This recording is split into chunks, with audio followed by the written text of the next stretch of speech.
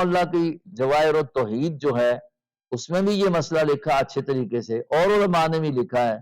مولانا سرفراز خان صاحب نے مستقل ایک رسالے کی شکل میں لکھا، آنکھوں کی ٹھنڈک، تبرید النواظر، اور اس میں قرآنی دلائل، احادیث، اور پھر فقہائے کرام کے حوالہ جات، اہل سنت اور مسلمانوں کا نظریہ اور عقیدہ اس بارے میں کہ جو اللہ رب العزت کی یہ صفت خاصہ ہے، ہر جگہ ہر وقت حاضر ناظر ہونا، کیونکہ یہ علم غیب کو بھی مستلزم ہے، دونوں باتیں اس میں آتی ہیں۔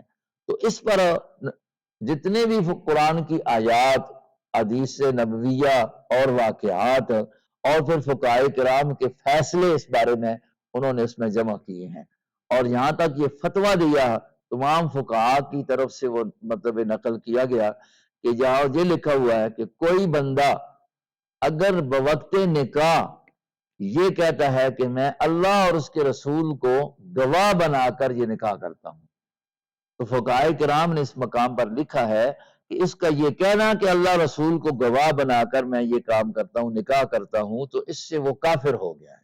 اس لیے کافر ہو گیا ہے کہ اس نے یہ نظریہ قائم کر دیا، رکھا ہوا ہے کہ گویا کہ اللہ کا رسول بھی کیا عالم الغیب ہے، حاضر و ناظر ہے، تو تب عالم الغیب ہے، آج اس کو گواہ بنا رہا ہے۔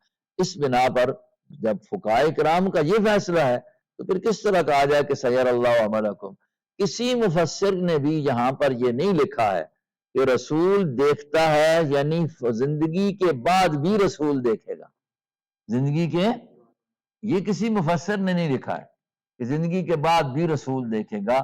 یہ صرف مطلب یہ ہے کہ یہ بریلوی طبقہ، احمد رضا خان کی جو خاص قسم کے لوگ ہیں، ذریت ہے، انہوں نے اس سے استدلال کیا۔ ایک تو یہ بات، اس پر الزامی طور پر یہ کہہ دیا جاتا ہے کہ دیکھ لو یہ آگے آیا ہوا ہے، آگے اسی رکوع میں، اگلے رکوع میں آیا ہوا ہے کہ سیر اللہ عملکم ورسولہ والمؤمنون، سیر اللہ عملکم ورسولہ، قل اعملوا فسیر اللہ عملکم ورسولہ والمؤمنون، نظر آ گیا ہے؟ تو پھر اس کا اگر معنی یہ کر لیں جیسے پہلی آیت کا کرتے ہیں کہ رسول زندگی کے بعد بھی دیکھے گا، تو پھر معنی یہ بنے گا کہ ایمان والے بھی دیکھیں گے، تو پھر ایمان والے بھی حاضر ناظر ہو گئے۔ المومنون سے پھر سارے مومنوں کو کیا ہو گیا؟ حاضر ناظر ہونے کی صفت حاصل ہوگی۔ اس میں یہ تو بات ہے، لیکن یہ طبقہ بھی ایسا بگڑا ہوا ہے نا، شیعوں نے کہہ دیا سیر اللہ، اگلی آیت میں قل اعملوا فسیر اللہ عملکم ورسولہ والمؤمنون، وہ کہتے ہیں مومنین سے مراد ائمہ 12 امام ہیں، اور چونکہ 12 اماموں کے بارے میں بھی ان کا نظریہ ہے کہ وہ عالم الغیب ہے، تو ان کا 12 اماموں کے بارے میں عقیدہ بن گیا کہ وہ بھی عالم الغیب ہیں۔ تو بعض پچھلا طبقہ بریلویوں کا یہ آیا کہ انہوں نے کہا ہم ان سے کیوں پیچھے رہ گئے، انہوں نے کہا اس سے مراد المومنین سے کامل مومن مراد ہیں، وہ بھی حاضر ناظر ہیں، وہ بھی کہیں بھائی حاضر ناظر ہیں۔ اب یہاں انہوں نے ایک غلط عقیدہ شیعوں سے لے کر آگے پھیلا دیا، اور بزرگوں کے لیے بھی کہنے لگے کہ وہ عالم الغیب ہیں۔ اب چونکہ بزرگوں کی مقدار تو کوئی متعین ہے کوئی نہیں ہے، وہ لاکھوں بھی ہیں، تو پھر حاضر ناظر ہونا پھر صرف اس میں نبی پاک صلی اللہ علیہ وسلم کی خصوصیت کون سی رہ گئی؟ اگر باقی ایمان والے بھی حاضر ناظر ہیں تو پھر حضور کے لیے کوئی خصوصیت تو نہ رہی نا بھائی، حضور کے لیے۔ اس لیے یہ حاضر و ناظر ہونا یہ خاصہ خداوندی ہے، اور خاصے کے بارے میں آپ نے پڑھا ہے کہ ما یوجد فیہ ولا یوجد فیہ، تو یہ صفات خاصہ میں سے ہے، صفات مختصہ میں سے ہے جو اللہ کی صفات ہے۔ یہ مسئلہ اور اس طرح کے دوسرے چند مسائل وہ ہیں کہ جو اصولی طور پر بریلویت کے ساتھ دیوبندیت کے اہل حق کے کیا آئے ہیں، اختلاف آئے ہیں اصولی طور پر، اور یہ نظریات کفریہ اور شرکیہ کے درجے میں چلے جاتے ہیں کہ اللہ کی جو صفات مختصہ کو کسی مخلوق کے فرد میں مانے جائے۔ کوئی صفت مختصہ اللہ کی کسی مخلوق کے فرد میں ماننا یہ کیا بن جاتا ہے؟ شرک بن جاتا ہے، اعتقادی بھی شرک، اعتقادی شرک بن جاتا ہے۔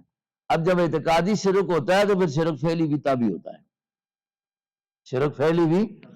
اب کسی کو کوئی سجدہ کر رہا ہے، کسی بت کو کر رہا ہے، کسی قبر کو کر رہا ہے، کسی شجر کو کر رہا ہے، کسی نبی کو کر رہا ہے، تو اس نظریے سے کرتا ہے نا کہ اس کو میرے اوپر تصرف حاصل ہے، اس کو میری واقفیت، میرے بارے میں واقفیت حاصل ہے، اس کو میری مراد پوری کرنے پر قدرت حاصل ہے، اس کو میں راضی کرنے کے لیے کرتا ہوں کہ ناراض ہو گیا تو مجھے نقصان ہوگا، تو یہ شرک اعتقادی بن گیا۔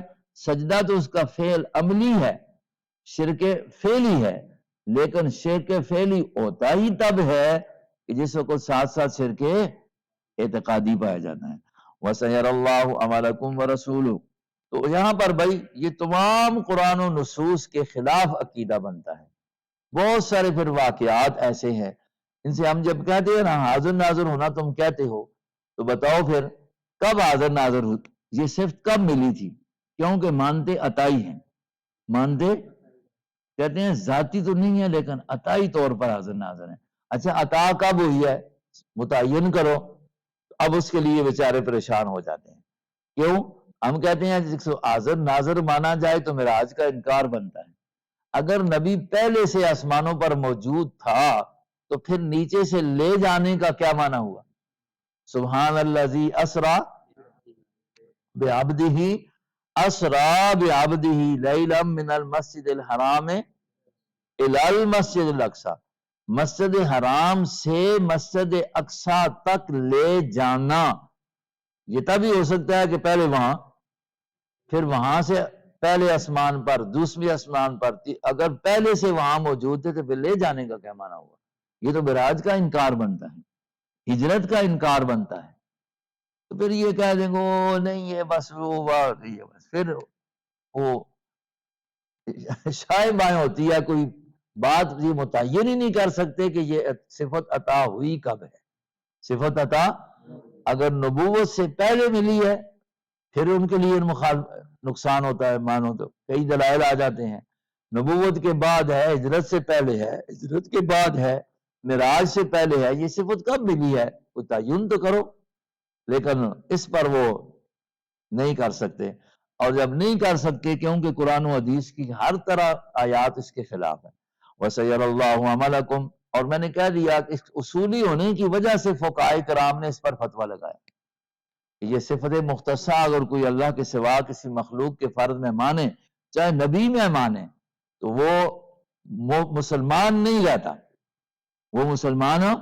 اور یہ فتویٰ کسی عام مفتی کا نہیں ہے، کسی دیوبندی مفتی کا نہیں، یہ تو فقہاء کرام جو احناف ہیں ان کا بھی ہے اور دوسرے فقہاء کا بھی ہے۔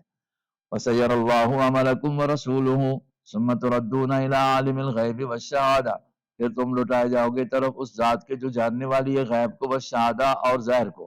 فَيُنَبِّئُكُم بِمَا كُنتُمْ تَعْمَلُونَ، وہ ضرور خبر دے گا تم کو جو تم کرتے رہے ہو۔ اب خبر وہ دے گا جو تم کرتے رہو، کیونکہ وہ سب کچھ جانتا ہے۔ سَيَحْلِفُونَ بِاللَّهِ لَكُمْ إِذَا انقَلَبْتُمْ إِلَيْهِمْ لِتُعْرِضُوا عَنْهُمْ، فرمایا کہ آپ جب واپس آئیں گے نا تو یہ آ کر آپ کے سامنے قسمیں اٹھائیں گے۔ ایک مسئلہ یہاں پر اور بھی ہے، یہاں پر سَيَرَ اللَّهُ عَمَلَكُمْ، کچھ لوگوں نے، بریلوی طبقے نے یا کچھ اور بیچارے جو علم سے کورے ہیں، انہوں نے یہاں سے یہ بھی استدلال کر دیا سَيَرَ اللَّهُ عَمَلَكُمْ وَرَسُولُهُ، رسول تمہارے عملوں کو دیکھے گا۔ مسئلہ یہ چھیڑ دیا کہ نبی پر امت کے اعمال پیش ہوتے ہیں، نبی پر اعمال پیش ہوتے ہیں۔ ایک بات یاد رکھنا، اس آیت سے جنہوں نے استدلال کیا نا، یہ استدلال ان کا اس آیت سے کرنا اس مسئلے کے لیے بالکل باطل ہے۔ جس طرح بریلویت کا اس آیت سے استدلال کرنا حاضر ناظر ہونے کے لیے باطل ہے، اسی طریقے سے اس آیت سے عرض اعمال کا مسئلہ بنانا یا ثابت کرنا بالکل کیا ہے؟ باطل ہے۔ ایک بات اس کو فرق کرنا ہے۔ جہاں تک مسئلہ عرض اعمال کا ہے، اس میں کچھ لوگ جو ہیں، کچھ مفسرین بھی بعض احادیث کی بنا پر اس کے قائل ہو گئے کہ عرض اعمال ہوتا ہے، حضور پر امت کے اعمال وفات کے بعد پیش کیے جاتے ہیں۔ اب اس کو پھر لے کر یہ مسئلہ پھر چلا جاتا ہے جی حیات ممات کا بھی اس میں آ جاتا ہے، کیونکہ نبی زندہ ہیں پھر اعمال پیش ہوتے ہیں۔ یہ ساری باتیں پھر نکل گئی، اور ادھر سے اس راستے سے یہ جو حاضر ناظر والا تھا پھیلتی پھیلتی ہمارے دیوبندیوں میں بھی آ گئی۔ پتہ نہیں آپ کو سمجھ آئی کہ نہیں آئی۔ بعض روایات پیش کی جاتی ہیں اس کے لیے۔ ایک میں نے کہا کہ اس آیت سے استدلال کرنا، اس سے تو استدلال بالکل کیا باطل ہے۔ کس مسئلے کے لیے؟ عرض نبی پر اعمال کا پیش ہونا۔ اس سے ایک ہے نفس مسئلہ کہ آیا عرض اعمال ہے کہ نہیں، اس کے لیے کچھ احادیث آئی ہوئی ہیں، ان سے بعض علماء نے کیا کر دیا، استدلال کیا کہ عرض اعمال ہے۔ ہمارا طبقہ محققین کا یہ ہے، وہ کہتے ہیں کہ یہ عرض اعمال جن روایات کو لے کر سارا لے کر اس مسئلے کو ثابت کیا جاتا ہے، وہ روایات اس درجے کی نہیں ہے کہ جن سے اس عقیدے کو کیا کیا جائے، ثابت کیا جائے۔ کہیں ضعف ہے، کہیں انقطاع ہے، بات سمجھ آئی ہے۔ اس لیے مسئلہ عقیدہ ثابت کرنے کے لیے جو اصول ہے، اس اصول کے اوپر وہ روایات نہیں آتی، اس لیے وہ استدلال ان کا اس لیے کرنا ٹھیک نہیں ہے۔ یہ ایک مسئلہ ذہن میں رکھیں۔ حضرت شیخ القرآن رحمہ اللہ نے اس مسئلے کو تفسیر اپنی میں اسی جگہ لکھا ہے، اسی آیت کے تحت لکھا ہے، لیکن مختصر سا۔ اس میں ایک بات پھر کہی ہے، چلو تھوڑی دیر کے لیے مان لیا جائے عرض اعمال، تو پھر اتنا مانو یہ کچھ کہ اجمالی طور پر جن علماء نے مانا ہے محققین نے، تو ان کی رائے صرف کیا ہے بھائی، عرض اعمال اجمالی۔ ایک ہے تفصیل کہ عبداللہ کیا کر رہا ہے، جی محمد خان کیا کر رہا ہے، فلاں کیا کر رہا ہے، یہ سارے کے سارے اعمال نبی پر پیش ہونا یہ نہیں ہے اس طرح۔ لیکن اجمالی طور پر، مجموعی طور پر اللہ خبر دیتے ہوں نبی پاک علیہ السلام کو عالم برزخ میں، اس طرح کہ امت کی مجموعی حالت اس وقت کیا ہو رہی ہے، اچھائی کی طرف جا رہی ہے یا برائی کی طرف جا رہی ہے۔ اس کو کہا کہ اگر اتنا کچھ ذہن رکھ لیا جائے تو کوئی مسئلہ خلاف نہیں آتا، لیکن جہاں پر اس کی پوری تفصیلات ہیں وہ نہیں ہے۔ یہ سمجھ آ رہی ہے؟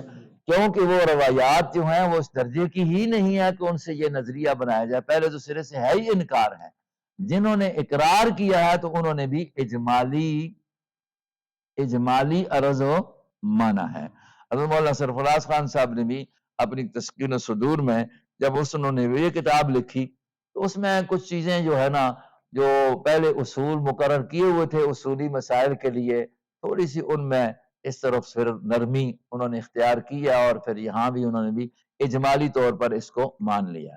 وَسَيَرَ اللَّهُ عَمَلَكُمْ وَرَسُولُهُ ثُمَّ تُرَدُّونَ إِلَىٰ عَالِمِ الْغَيْبِ وَالشَّهَادَةِ فَيُنَبِّئُكُم بِمَا كُنتُمْ تَعْمَلُونَ۔ سَيَحْلِفُونَ بِاللَّهِ، ان قریب قسمیں اٹھائیں گے اللہ کی تمہارے لیے، اِذَا انقلبتم، جب تم تبوک سے واپس آؤ